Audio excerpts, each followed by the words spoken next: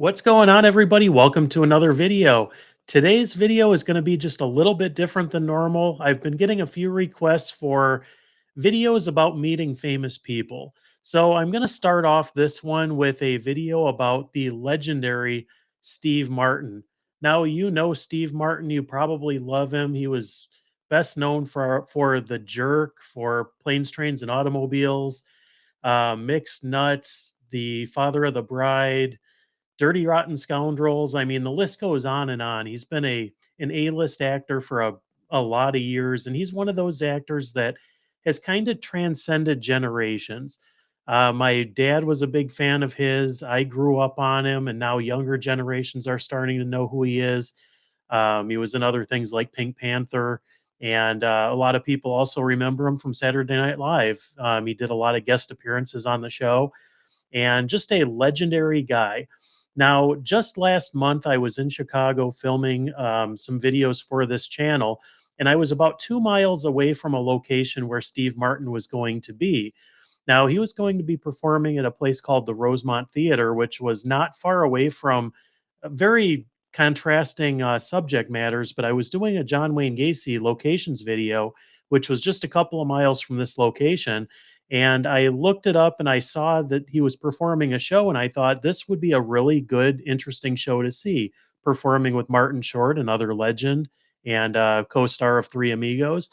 So I decided to not only go to the show, but I wanted to go up that way and get lunch because Bill Murray has a restaurant right next door called Murray Brothers Caddy Shack.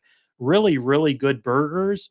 And so I went there to eat lunch, and across the street you could see the venue, and there was a couple of people waiting outside of a fence, waiting for Steve Martin to show up. Well, Steve Martin and Martin Short, and they had a poster. One of the guys had a poster, and I ended up after lunch. I went over and started talking to the guy, and he was a big fan of Steve Martin, and he had a Three Amigos poster that was already signed by Chevy Chase. So he was waiting for Steve Martin, hoping that he would be able to get his poster signed by Steve Martin and Martin Short. And if you know much about these types of shows, almost always they have a sound check. And usually they sound check somewhere between 2 and 4 p.m. the day of the show. So he was waiting for Steve Martin to show up. And I thought, I'm a huge Steve Martin fan too. And I decided to hang around and wait too to see how long it would be before he showed up. So we were there maybe a half hour, and a black SUV pulls in, and we could see Steve Martin in the back seat. Martin Short was on the other side. They pulled in by the stage door. Steve Martin gets out on the side closest to us, and people started getting excited. By that point, there were probably a dozen people there. Martin Short got out the other side and he went straight into the venue. He really had no interest in meeting anybody, just wanted to get in, get his work done, and get out. But Steve Martin came a couple of steps towards us, and then he counted us.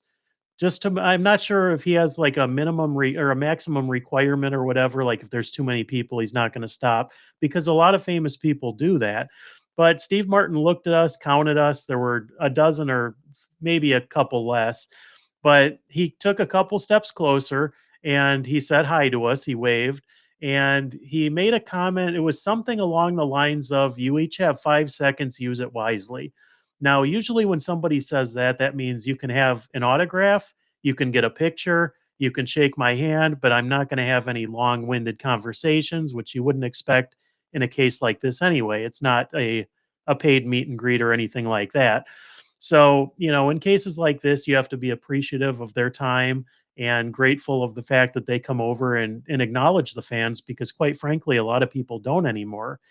But Steve Martin, if you know too much about his history or his kind of his humor, he used to give these out. If you would run into him 20, 30 years ago, he would give you this card, and it had a pre-printed signature on it. It said, "This certifies that you've had a personal encounter with me and that you found me warm, polite, intelligent, and funny." Now, he thought that this was really witty. It kind of backfired on him a couple of times with some people thought it was kind of pompous that he did this, although I think it's pretty funny. I mean, and it's a lot better than just not wanting to sign for somebody, just sending them off on their way, but you actually have a funny story to go along with it. So Steve Martin came up to us and he was signing autographs for whoever for everybody that was waiting there. Some people had photos, some people had movie posters, a couple people had DVDs. He signed one autograph per person and he nobody what I find funny is nobody else asked him for a picture.